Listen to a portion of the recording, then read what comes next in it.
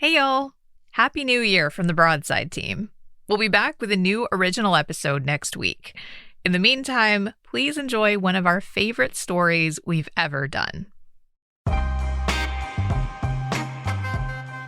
A few weeks back, a professional skateboarder was scrolling through social media when he came across an old photograph that blew him away. It just oozes style. The photo was taken in Fayetteville, North Carolina in the 1970s. In the shot, a 10-year-old girl skateboards down a street, holding up an umbrella as she rolls toward the camera.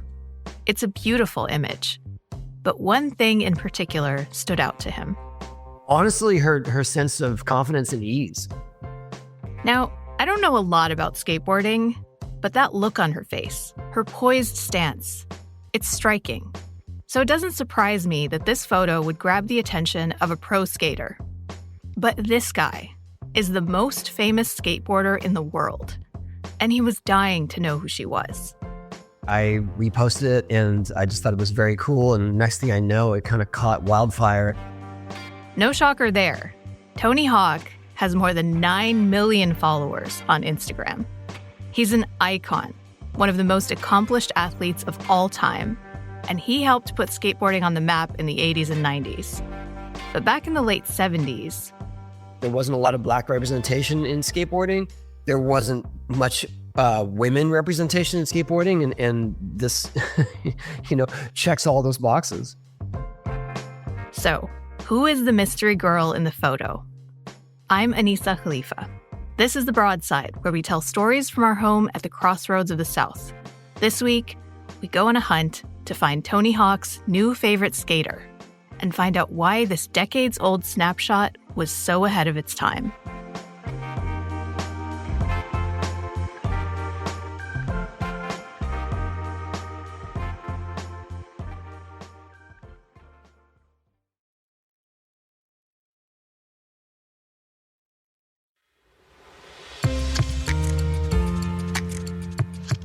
My name is Jeremy Markovich, and I am the writer of the North Carolina Rabbit Hole newsletter. Jeremy's work pays special attention to the state's lost history and quirky culture. Unlike us here at the Broadside, he loves a good mystery. There are some mysteries where you're just like, I don't think you can solve this one, right? Like there's some that are really big and broad. But the one that showed up in his Instagram feed on a recent Saturday afternoon seemed like it was made for him to solve. A challenge from Tony Hawk himself. Who is this skater? I saw the picture, which I thought was fantastic, and I saw the caption, which said it was from Fayetteville in the 1970s, and I thought to myself, yeah, this is something I could probably figure out. It's like, I feel like a detective, like, oh, I think this is an easy case, potentially for me, if I can get to the right spots. I figured, you know what, somebody's going to figure out this mystery. Why can't it be me? As you look at this, what stands out to you about this photo? What makes it so special? So in the picture it's black and white, really high resolution, and it's this young black girl, has pigtails. She's wearing this long coat, and I think it's just like this moment of serenity to me. Like, you have this girl, and she's just very casually skating down her street. It's raining, and she's holding up an umbrella. She has one hand in her pocket, and she's just kind of looking at the camera like, yeah, this is just what I do. Jeremy had his mission, so he rolled up his sleeves and jumped down the rabbit hole. So I started looking around, and the furthest back I actually found was on Instagram. An account called blackarchives.co had posted this picture, a collection of images from Fayetteville Observer photographers between 1973 and 1987. A 15-year range. That didn't exactly narrow things down. Then I started looking around on the Observer's website, and the picture that was on the website actually had a date on it, January 20th, 1979. So now I have a date. I don't have a location. I don't have a person's name. I don't have a backstory, but now I have a precise date. From there, I went on to some online newspaper archives, but they didn't have the Fayetteville Observer. So I turned to who you turn to in really tough times, a librarian. Shout out to librarians. They get the job done. Absolutely. You cannot get it done without librarians who know where to find things and can get them to you. And they're like always the most helpful people in the world. And with the help of an archival expert at the Cumberland County Public Library, Jeremy found the specific newspaper he was looking for. January 21st, 1979. That is where I found the caption, and that is sort of what unlocked the whole mystery. And the caption says, Shaunda Shane didn't want to get wet, but the idea of spending a Saturday without her skateboard was too much to handle. So she got her umbrella and wheeled down Dinsmore Drive. So he finally had a name, but there was a slight problem. Her name is misspelled in the caption. So is it Shaunda or is it Shaundra? When I came across a Facebook profile, I was like, oh, this has got to be her. And it wasn't hard to figure out. The photo of her in the rain, skateboarding under an umbrella, that was the profile photo. So I was like, this is her. Jeremy reached out to Shaunda over Facebook. She responded, and ding, ding, ding, she confirmed that she was indeed the young girl from the photo. So I called her up. It was a weird coincidence because like she hadn't really thought about this picture in a long time. And like a neighbor was cleaning out a closet or something and found this picture and was like, hey, that's a really cool picture. Do you want it? And she's like, yeah, cool. And then it ends up on Facebook. And she's like, oh, I just thought it was my own little picture of me. I wouldn't expect anybody to post it online. So it was this weird coincidence where this photo had come back into her life more recently anyway. And she just happened to find it about the same time maybe as Tony Hawk found it. And she thought it was cool. She's like, oh yeah, I know who Tony Hawk is. That's really cool. And she seems like when I talked to her on the phone, just this really like nice, calming presence. Like she seems very zen to talk to, just like she looks very zen in the photo. Like that thing hasn't changed. Jeremy, you do this all the time. Stories like this are your bread and butter. But this one seems special. What's so special about this story? This is one of these stories where, to me, sometimes when you see things on social media or you encounter them in the digital world, right? Like sometimes it all can kind of feel a little bit contrived, right? Like you just kind of feel like, oh, this didn't really happen this way, or this situation didn't really, there's more to this story. And if like it's not quite real or there's some kind of angle or whatever. And with this story, it refreshingly didn't feel that way at all. At least in the stories that we often tell or come across, like that feels more and more rare. And so I just love telling this because it was just a nice little story, even though it involves the most famous skateboarder of all time.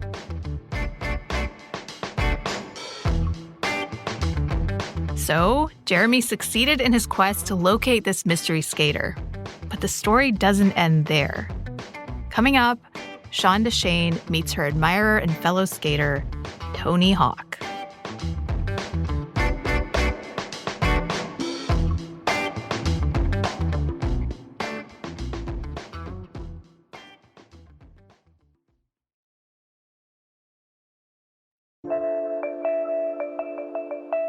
When Shaunda Shane heard that a photo of her 10-year-old self was going viral, she almost didn't believe it. It was a total shock to me, like total. Shaunda still lives in Fayetteville. Today, she works as a patient financial specialist for a local hospital. She's also a mother of 3, and life keeps her pretty busy. But one day, things went a little differently. Everybody just started calling me and texting me and emailing me and was like, oh my God, Tony Hawk posted your picture on his page. And I'm like, what? Shaunda says it's been fun and kind of surreal seeing her old picture get this level of attention. But throughout this whole saga, she hadn't actually talked to Tony Hawk. That is, until a few days ago. Hi, Shaunda. Nice to meet you. What an honor. Hi, Tony. Thank you. You too as well. I think it's so cool that your picture has resonated this many years later. I was so impressed that you look so confident, especially skating on the archaic equipment at the time and in the rain. I mean, if there's one thing I will not do these days is skate in the rain. I was a daredevil back then. It appears so. So how did you come across this photo of Shaunda skateboarding in the 70s as a young girl? It came through a mutual friend, a legendary black skater from the 80s and 90s, Clyde Singleton, posted it on his Instagram feed and just said, this, I think the exact words were something to the effect of, ladies and gentlemen, this is the real goat skateboarding photo from 1979 coming out of Fayetteville, North Carolina. And he had reposted it from blackarchives.co. And I thought it was an amazing image and just a formative time in skateboarding, but one that isn't well documented. And so I reposted it and I just thought it was very cool. And next thing I know, it kind of caught wildfire. Shaunda, can you take us back to that day and tell us what were the circumstances of taking the photo? I do remember I wanted to go outside. I wanted to play. I was with my grandparents because I lived with my grandparents. So at the time I was the only child there. So of course, I had my skateboard. My neighborhood at the time had nothing but hills. It was like hills on every street. And the more I rode, the more I mastered it because trust and believe, once I hit a pebble or a little patch of sand, I would go tumbling off of that skateboard. But I promise you, I mastered it. So on this particular day, I wanted to go outside. I was skating in the rain and I had a newspaper guy that stayed on our block. So as I'm riding in the rain, he came outside and he was like, "Can I take a photo of you? Can you ask your parents, can I take a photo of you?" So I went and asked my grandparents and my grandparents said yes. And that's how the picture came about. That's so cool. Just on a personal note, I love that you stand with your right foot forward. That's what we call goofy footed. I'm proud to know that Shaunda is a fellow goofy footer. I definitely am. How long did you skate for? I skated for years. I had no one to skate with for a long time. In my neighborhood, I was the only girl that had a skateboard. No, I can't even remember at the time that I was skating any boys in my neighborhood that were even skating skateboards like that. But I skated for a couple of years. You're a pioneer in that sense because there were not many girls skating back then. No, it wasn't. And all of my girlfriends had roller skates, So yes, I enjoyed my skateboard and I went everywhere with that little pink skateboard. That's so cool. How did you pick it up, Shaunda? What made you decide to start skateboarding? My uncle brought me a skateboard. He came home one day and he brought me a skateboard, me and two of my friends. He brought us skateboards. And I think I just learned from then just how to maneuver it. And I'm the type of person, I will watch people, like watch people and learn how to do things, from watching people. I've always been that way. And I think I just watched and learned and then practiced and just watched other people. How does that compare to your growing up and learning how to skateboard, Tony? Where were you in your skateboarding journey in the 70s? I started around this year that you have this photo. So I was about 10 years old. And my older brother was a surfer, so he skated by extension of surfing, and he taught me how to ride. And I feel you with the pebbles and the sand. Had plenty of those incidents on the way to school and the way home. But it wasn't until I went to a skate park for the first time that I truly fell in love with it because I saw the possibilities of being airborne. That's what hooked me. And I've been skating ever since.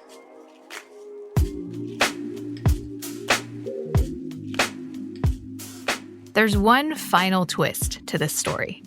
After Tony posted the photo and Shaunda's phone started to blow up, she got a request from the local newspaper, the Fayetteville Observer, the same paper that originally published Shaunda's picture back in 1979. Staff photographer Andrew Kraft wanted to recreate the now famous shot. Shaunda jumped at the opportunity, even though it had been a while since she'd stepped on a skateboard. I wanted to ask you, Shaunda, how was it recreating that photo? It was amazing. It was nerve-wracking because the first picture when I was 10, I was actually rolling, so that's easier. But on the recreation, I had to literally like stand still, and I'm like, oh my God, I can't do this, you know?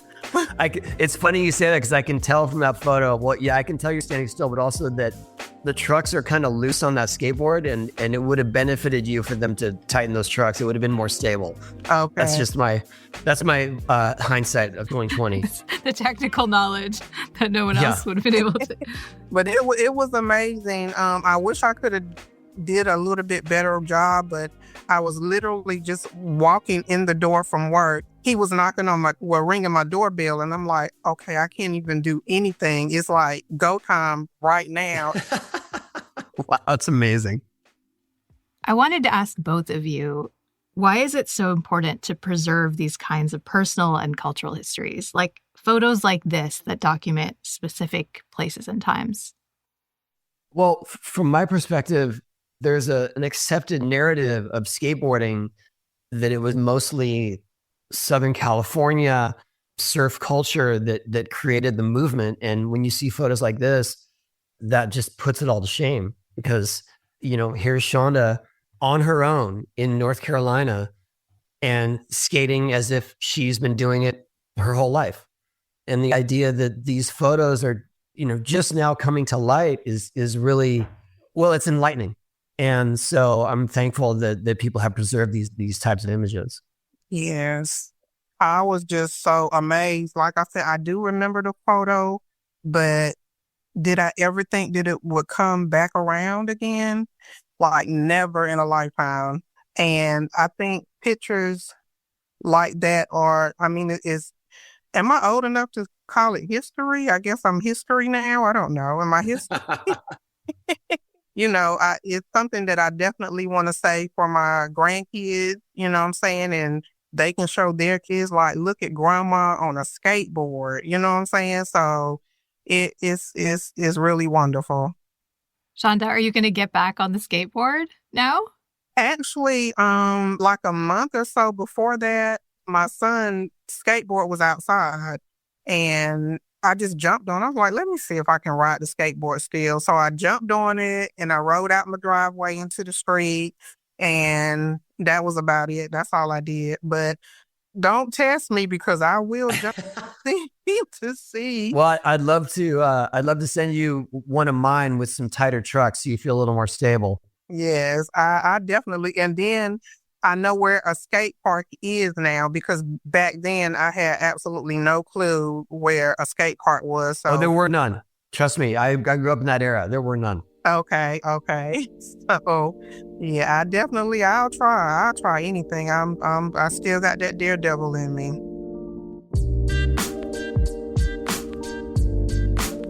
This was great. Thank you both so much. You're very welcome. Thank you. I highly recommend checking out the photographs of Shaunda Shane. We have linked to both the original and the recreation from the Fayetteville Observer in our show notes. We also have a link to Jeremy Markovich's work at the North Carolina Rabbit Hole. This episode of The Broadside was produced by Charlie Shelton Ormond. It was edited by Jared Walker. Wilson Sayre is our executive producer. The Broadside is a production of WUNC North Carolina Public Radio and is part of the NPR network. You can email us at broadside@WUNC.org. If you enjoyed the show, leave us a rating, a review, or share it with a friend. I'm Anissa Khalifa. Thanks for listening, y'all. We'll be back next week.